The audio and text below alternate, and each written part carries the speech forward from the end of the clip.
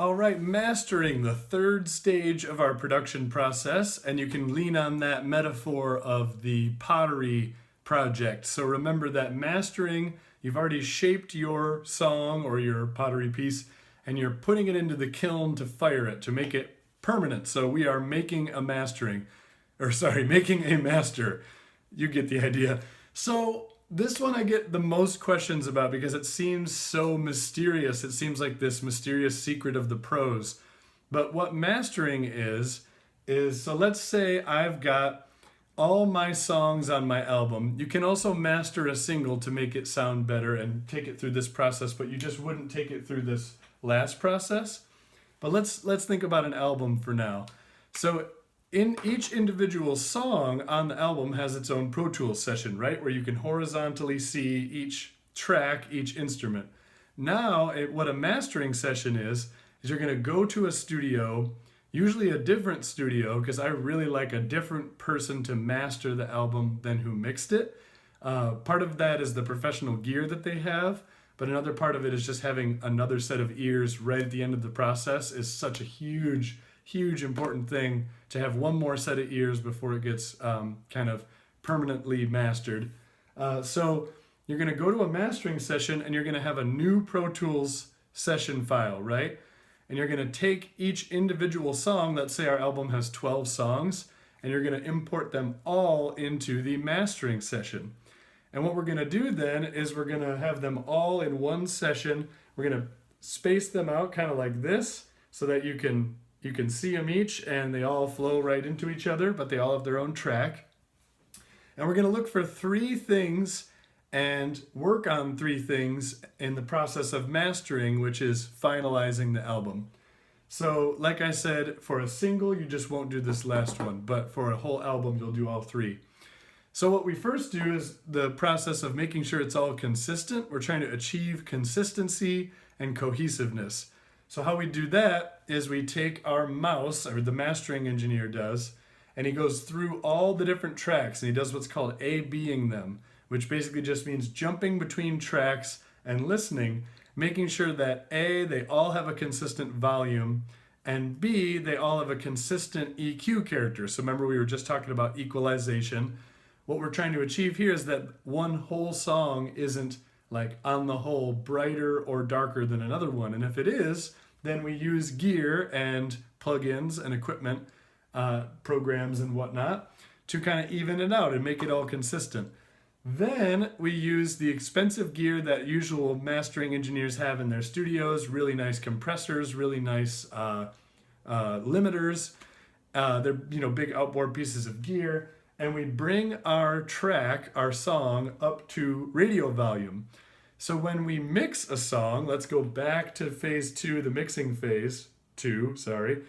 When we're in the mixing phase, we try to keep everything, kind of in the yellow in terms of our audio meter, because then we want that mastering engineer with all that amazing gear to be able to take the volume up and use that gear to bring it up to radio volume. So a lot of times when you finish your mix, even if you're mixing really loud, you'll just find that it doesn't sound quite as loud as everything on the radio does. And that's because the stuff on the radio is mastered. So they use expensive compressors and limiters to bring the whole thing, now that we've made it a consistent EQ and it's all consistent through the record, we bring it up to radio volume with this gear.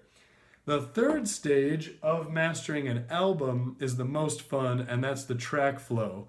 So remember I said you've got all 12 of your songs in one session. Well, now you get to decide, okay, where does this track start after this track ends? And then once you figure out the transitions between tracks, okay, how long does this one guitar chord ring out before the next song starts? How long of a space do we want to give people while they're listening in between these two songs? Maybe one song is super emotional. We want to give them a little bit more space before that next song starts in.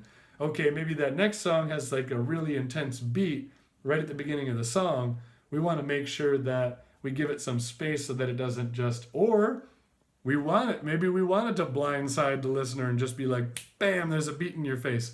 That's cool too. We're just making decisions about the track flow and how much space is between each song, what is the transition between songs like. So let's say you have a song that ends with a big resounding G major, and the next song begins with a G major. These are chords for those of you who are not musical. Let's say you have a song that ends in the same key as the next song begins with. If you want, in the mastering phase, you can put the tracks together and create that transition. So then also in the mastering phase, what you're doing is you're deciding what's called the ID. And all the ID is the point at which one track ends and the other begins. So in today's day and age on streaming, it's just the point at which on your album that song changes to the next song. On old school stuff like CDs, it was literally like where you were skipping to track 2. So this is mastering. I hope that demystified it a little bit.